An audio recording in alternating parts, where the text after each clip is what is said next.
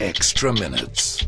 Our story on toxic planes is really looking at something called aerotoxic syndrome, and it's a sickness that pilots and aircrew sometimes complain about, and it relates to fumes entering the cockpit and the cabin where passengers are because of the design fault or flaw in most modern aeroplanes. Now, the airlines would argue that they're at such a low level that there is no impact.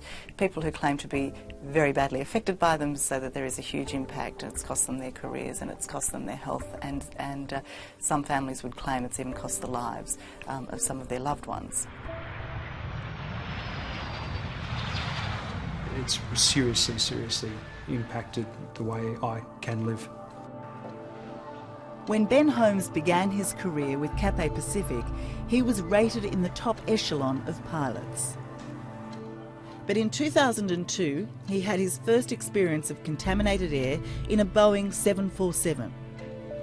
Becoming so physically ill, he couldn't take his shift at the controls.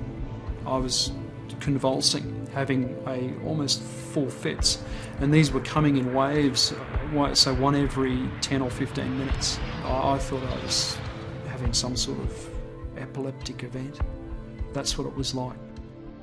The other thing too is that a lot of the symptoms are fairly vague, and they involve fatigue, they can involve nausea. That if they're low lying or low level, then they're symptoms that might be part of everyday life in a way. You're running around after the kids for too long, you're not getting enough sleep. They're things that you may not associate with flying, but in fact that's where they could very well stem from. Look, I think as somebody who travels quite frequently on planes, you're always worried about people, coughing and sneezing. You're worried about catching the flu or getting sick through that type of internal air.